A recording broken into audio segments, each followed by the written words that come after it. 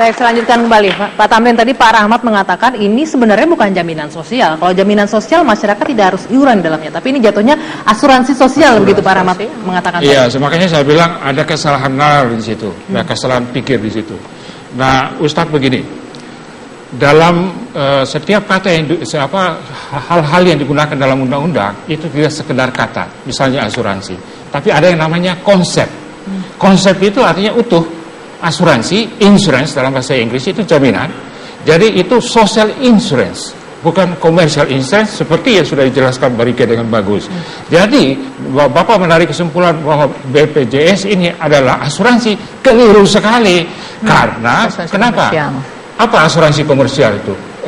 Jati dirinya antara individu membayar kepada perusahaan, dan kemudian perusahaan memberikan jaminan sesuai dengan iuran atau bayaran dari individu.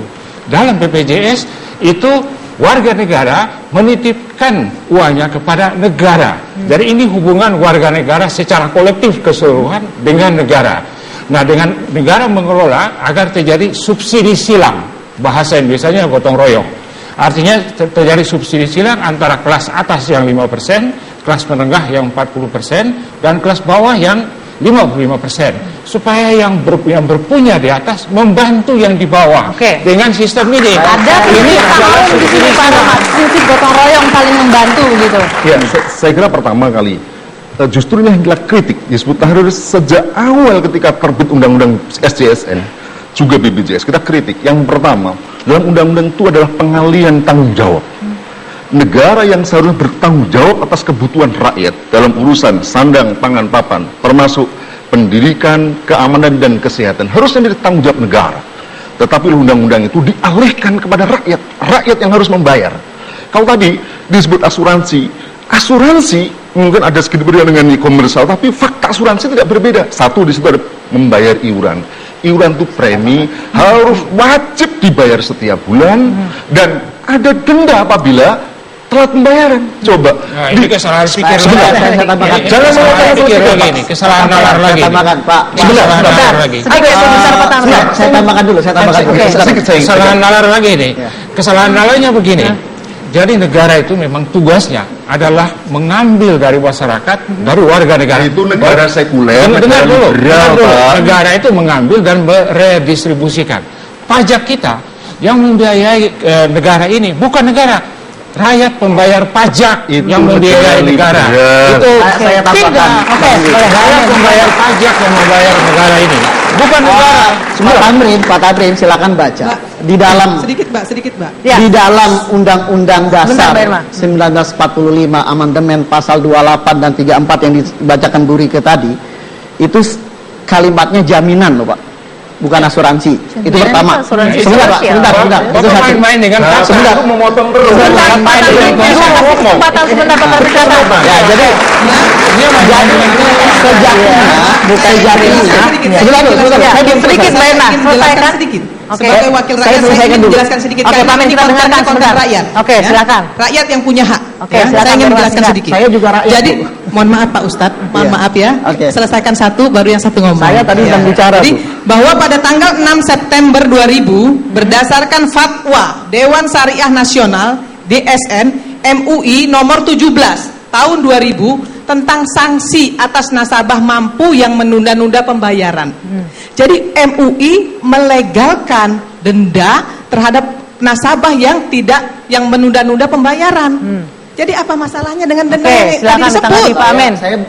Ini perlu digarisbawahi. Nanti dijawab itu.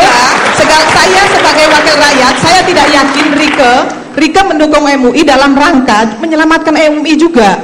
Kami tidak mau MUI menjadi pernyataan MUI menjadi abu-abu di mata masyarakat karena ada penafsiran yang salah di masyarakat. Baik, sebentar Mbak Irma, kita kasih kesempatan dulu. MUI menanggapi, silakan Pak Amin. Saya selesaikan. Pertama, Pak Tamrin, dalam ilmu asuransi dengan ilmu penjaminan rezimnya beda.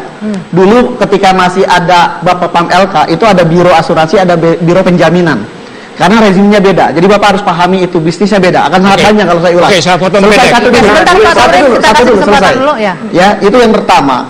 Ya, jadi ini idealnya adalah rakyat sudah bayar pajak, negara tidak perlu lagi memungut iur idealnya. Oke. Tapi sampai pada titik adanya PBI dan non PBI kita masih bisa memahami. Saya selesaikan dulu ya. Tetapi ternyata dari data-data yang kita dapat ada 90 juta PBI, 60 juta non PBI. Itu sangat mungkin terjadi subsidi silang.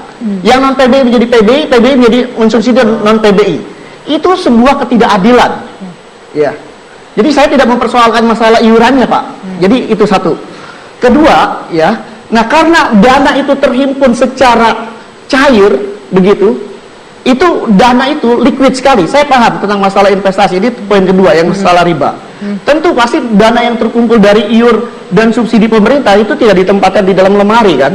Oke. Tapi kan di dalam bank atau dalam lembaga Artinya keuangan. apa kalau dimasukkan ke dalam itu lembaga pasti keuangan? dikelola dan diputar. Apakah persoalan itu halal atau haram? Oke, itu pertanyaannya. Nah, kemudian persoalannya adalah pasal 17 Undang-Undang BPJS itu mandatori, Pak. Wajib, seluruh warga negara wajib. Kalau warga negara tidak ikut 2019, maka dia tidak bisa ikut izin usaha, mendirikan bangun, dia tidak bisa urus Yang semua. jadi keberatannya apa di sini dengan Lah kewajiban kalau itu? sekarang negara mewajibkan sesuatu dan sesuatu itu bertentangan dengan syariat agama, di mana umat Islam adalah bagian terbesar dari agama itu. Ada posisi yang dilematis, kewajiban negara dengan kewajiban agama. Baik, nanti kita akan kewajiban lanjutkan. negara bertentangan dengan syariat agama. Baik, kita akan lanjutkan Mandatori. nanti Pak Amin, Mbak Rika, dan Bu Endang. Usai jeda debat akan kembali sesaat lagi. Bu, nanti dijelaskan.